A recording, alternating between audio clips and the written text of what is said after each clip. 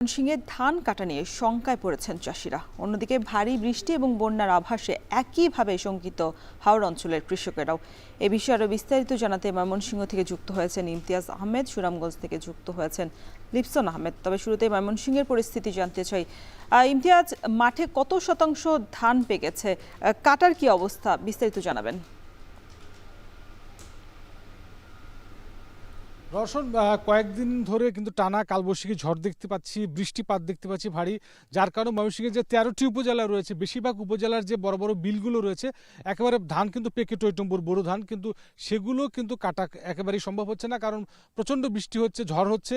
তারপরেও যেই ধানগুলো একেবারে কৃষক তো আসলে যখন দেখছেন যে তাদের পাকা ধানগুলো একেবারে বৃষ্টিতে ভিজছে, তখন তারা যেভাবে পারছেন আসলে কোনোভাবে ধানগুলো কেটে নিয়ে এই পানির মধ্যে, হাঁটু পরিমাণ জলের মধ্যে, পানির মধ্যে কিন্তু তারা এই ধানগুলো কেটে নিয়ে বাড়ি ফিরছেন। তবে তারা যেটা শঙ্কা করছেন যে যদি দিনটা পরিষ্কার না হয়, অর্থাৎ আবহাওয়া যদি ঠিকঠাক না হয়, রোদ না ওঠে, তাহলে কিন্তু এই ধানগুলো কিন্তু একেবারেই নষ্ট হয়ে যাবে। সুতরাং এবার ময়মনসিংহের যে 13টি উপজেলা, সেগুলোতে কিন্তু এবার বৃষ্টিপাতে কালবৈশাখী ঝড়ে ব্যাপক কিন্তু ক্ষয়ক্ষতি হয়েছে।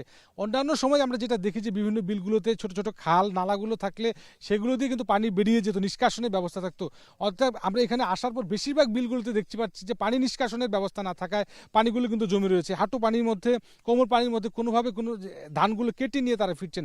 তারপরেও তারা শঙ্কা প্রকাশ করছেন যে যদি রোদ না ওঠে তাহলে ধানগুলো একেবারে নষ্ট হবে। উৎপাদন খরচ যেমন তাদের দ্বিগুণ বাড়ছে, এবার যে সমস্যাটি আরও আকার ধারণ করছে সেটি হচ্ছে মাড়াই ব্যবস্থা।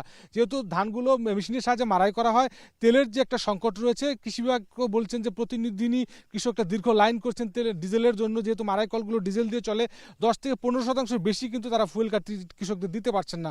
সুতরাং মাড়াই কলের দাম কিন্তু দ্বিগুণ বেড়েছে, 200 টাকা করে কাঠাপতি মাড়াই থাকলেও এবার কিন্তু 400 টাকা করেও মাড়াই মিলছে না, কারণ তেলের একটা সংকট রয়েছে। পাশাপাশি শ্রমিকের মজুরি বেড়েছে, শ্রমিক সংকট রয়েছে, যার কারণে অনেক পেকে ধান পাকলেও কিন্তু সেগুলো কাটা সম্ভব হচ্ছে না। আমরা দেখতে পাচ্ছি যে প্রত্যেকটি মাঠেই কিন্তু ধান পেকে রয়েছে, কিন্তু সেগুলো কাটার জন্য কিন্তু কৃষকরা বৃষ্টির জন্য বা আবহাওয়ার জন্য কিন্তু সেটি পারছেন না। তো এবার ময়মনসিংহ জেলা কৃষি অফিসের যে তথ্য রয়েছে, 2,63,250 হেক্টর জমিতে কিন্তু এবার বোরো ধানের আবাদ হয়েছে। তবে এই যে বৈরী আবহাওয়া, এই যে বৃষ্টিপাত, এটি যদি ঠিক না হয়, তো বোরো ধানের যে লক্ষ্যমাত্রা সেটি অর্জনে কিন্তু অনেকটাই ব্যর্থ হওয়ার সম্ভাবনা রয়েছে বলে মনে করছেন। তো সব মিলিয়ে এই ছিল ময়মনসিংহে বোরো ধান কাটা সবশেষ খবর আমার কাছে। রওশন, আমরা এবার সুনামগঞ্জের পরিস্থিতি জানতে চাই। লিপসন, এখন আবহাওয়া কেমন সুনামগঞ্জের, আর হাওড়ের ধান কাটা নিয়ে শ্রমিক সংকটের কারণ কি বলছেন কৃষকরা?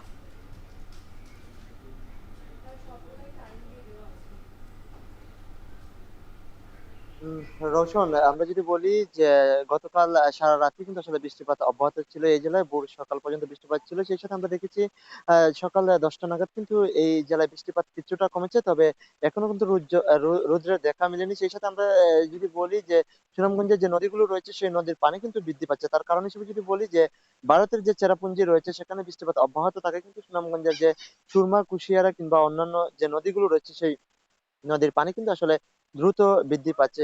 গত 24 ঘন্টায় কিন্তু বিশেষ করে সুরমা নদীর পানি 34 সেন্টিমিটার বৃদ্ধি পেয়েছে। সেই সাথে যদি বলি আমরা হাওড়া এলাকার কথাই যদি বলি, 137টি হাওড়ে কিন্তু এই বছর 2,23,511 হেক্টর জমিতে কিন্তু আসলে বোরো ধানের চাষাবাদ করা হয়েছে। সেই ধান এই বছর গড়ে তুলতে গিয়ে কিন্তু কৃষকরা নানা প্রতিকূলতার শিকার হচ্ছে। বিশেষ করে যদি বলি বর্জ্যপাত, শ্রমিক সংকট, সেই সাথে বর্জ্যপাতে প্রাণহানি, জলাবদ্ধতা, এই সকল মিলিয়ে কিন্তু এখানকার কৃষকদের অনেকটাই নাজেহাল করে তুলেছে। সেই সাথে যদি বলি কৃষকরা যেটি বলছেন, ইতিমধ্যে ভারী বৃষ্টিপাতে কিন্তু অধিকাংশ হাওরে কিন্তু আসলে জলাবদ্ধতার সৃষ্টি হচ্ছে। সেই সাথে আমরা দেখেছি যে মধ্যনগর উপজেলায় আমরা যদি বলি কিছুক্ষণ আগে কিন্তু আসলে পাহাড়ি ঢলে কিন্তু একটি বাঁধ ভেঙে কিন্তু আসলে হাওরে পানি ঢুকছে। যদিও পানি উন্নয়ন বোর্ড কিংবা প্রশাসন বলছে এটি পানি উন্নয়ন বোর্ডের আওতায় এই বাঁধটি নয়, তবুও এই বাঁধের আশেপাশে যে জমিগুলো রয়েছে, অর্থাৎ 114 হেক্টর জমি রয়েছে, সেই জমিগুলোর মধ্যে প্রশাসন বলছে অর্ধেক জমি কাটা হলেও কিন্তু আসলে কিছুটা জমি তলিয়ে যেতে পারে। তবে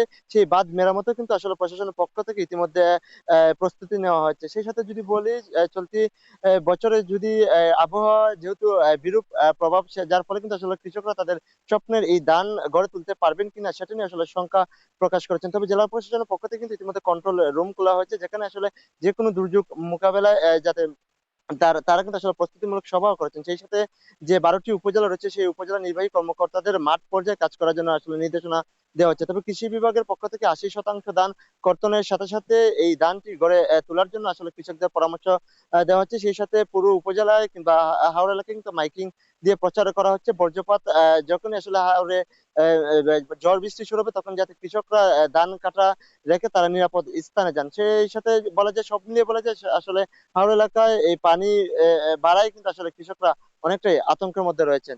রৌশন। বৈরী আবহাওয়ার কারণে ময়মনসিংহ এবং সুনামগঞ্জে ধান কাটা নিয়ে শঙ্কায় পড়েছেন কৃষকরা। সে